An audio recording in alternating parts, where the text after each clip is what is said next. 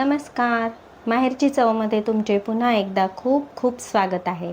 आज मी पुन्हा एक नवीन रेसिपी घेऊन आलेली आहे. आज आपण करणार आहोत शेवयांची खीर.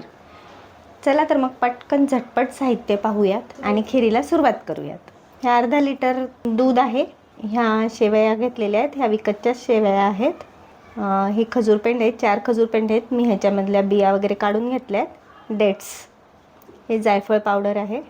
हे खिसमिस आहेत. त्याच्यापैकी मी 2 काजूंचे आणि बदामाची असं खिसून पावडर केलेली आहे. आणि हे थोडेसे त्याच्यातलेच 2 जे आहेत ते 2 ह्याचे मी असे हे तुकडे करून घेतलेत. आणि हे शुद्ध तूप आहे 2 चमचे. आणि हे आहे विलायची पावडर. चला तर मग करूया आता रेसिपीला सुरुवात. गॅस पेटून घेतलेला आहे आणि अगदी हे थोडंसं शुद्ध तूप टाकलेलं आहे मी. साधारण हा जो चमचा आहे त्या चमच्याने 1 चमचा हे तूप टाकले. तूप मी ह्याच्यासाठी टाकलं आहे की ह्या ज्या शेवया आहेत त्या आपण थोड्याशा रोस्ट करू. ॲक्च्युअली ह्या रोस्ट केलेल्याच असतात, पण तरीही मी थोड्याशा रोस्ट करते. हे आपण ह्या हलक्याच अशा थोड्याशा भाजून घेऊयात.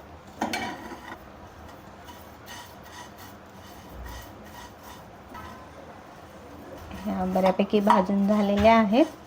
आता मी ह्याच्यामध्ये हे पूर्ण दूध घालून घेऊया. हे दूध गरम नाही आहे, गरम करून थंड केलेले दूध आहे. कारण एखाद्या वेळेस जर का आपण गरम दूध टाकलं ह्याच्यामध्ये तर ते दूध नासण्याची शक्यता असते, म्हणून दूध तापवून कोमट करून घेतलेलं दूध आहे. तर ह्याला थोडंसं 1-2 मिनटं आपण दुधामध्ये हलवून घेऊयात शेवया. रेसिपी फार इझी आहे आणि झटपट होणारी आहे. ह्याच्यामध्ये आपण हे ड्रायफ्रूट्स टाकून घेऊया.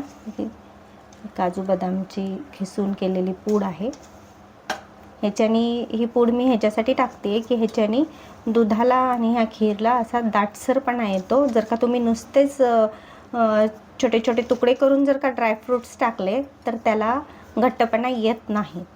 त्यामुळे ही एक टीप आहे की तुम्ही हे खिसून घेऊन मग टाका. आणि हे थोडेसे असेही खायला छान वाटतात, खीर खाताना मध्ये मध्ये आलेले, म्हणून हे थोडेसे तुकडे करून टाकलेत. ही विलायची पावडर आहे. ह्याच्याने खीरेला मस्त असा छान असा सुगंध येतो. आणि हे मनुके आहेत. आणि हे आपली जायफळ पावडर. हे सगळं छान टाकून, तुमच्याकडे केशर असेल तर तुम्ही केशरही टाकू शकता, पण मी केशर टाकलेलं नाही. आजकाल सणावाराचे दिवस चालू आहेत, त्याच्यामुळे गोडाचं काही ना काहीतरी आपल्या घरी बनतंच. आता परवाच होळी झालेली आहे, गुढीपाडवा येतोय, रामनवमी आहे, तर त्यानिमित्ताने काही ना काहीतरी गोड बनवत असतो आपण. त्याच्यामुळे मी ही एक रेसिपी घेतली आहे जी की पटकन होते. आणि हे डेट्स टाकते आहे. ह्या डेट्सनी ह्या खिरेला एक मस्त अशी टेस्ट पण येते आणि कलरही त्याचा खूप छान होतो. बस आता हे आपण सगळं टाकून झालेलं आहे. आता ह्याला 1-2 मिनटं छान उकळी येऊ देऊयात. छान उकळलं म्हणजे हे सगळे जे आपण ड्रायफ्रूट्स, विलायची पावडर, जायफळ पावडर, डेट्स वगैरे जे टाकलेलं आहे ते सगळं एकत्र छान मिळून येईल आणि त्याचा पूर्ण गोडवा उतरेल. आणि आता सगळ्यात शेवटी या चमच्याने मी हे 12-13 चमचे टाकणार आहे. आणि असं वाटीच्या मापाने पाहिलं तर पाऊण वाटी साखर आहे. हे बरोबर 12 चमचे ही साखर झालेली आहे. तुम्ही तुमच्या जशी तुम्हाला गोडी लागते त्या ह्याच्यानुसार साखरेचा गोडवा तुम्ही कमी जास्त करू शकता. बस आता ह्याला एक छानपैकी मस्त उकळी येऊ देऊयात साखर विरघळेपर्यंत. आणि लगेच ही झटपट खीर तयार. आता आपण पाहूया. हे बघा, तुम्ही पाहू शकता याला छान उकळी येते. ह्याच्यातून वाफ निघत आहे, तर उकळ्याही येत आहेत याला.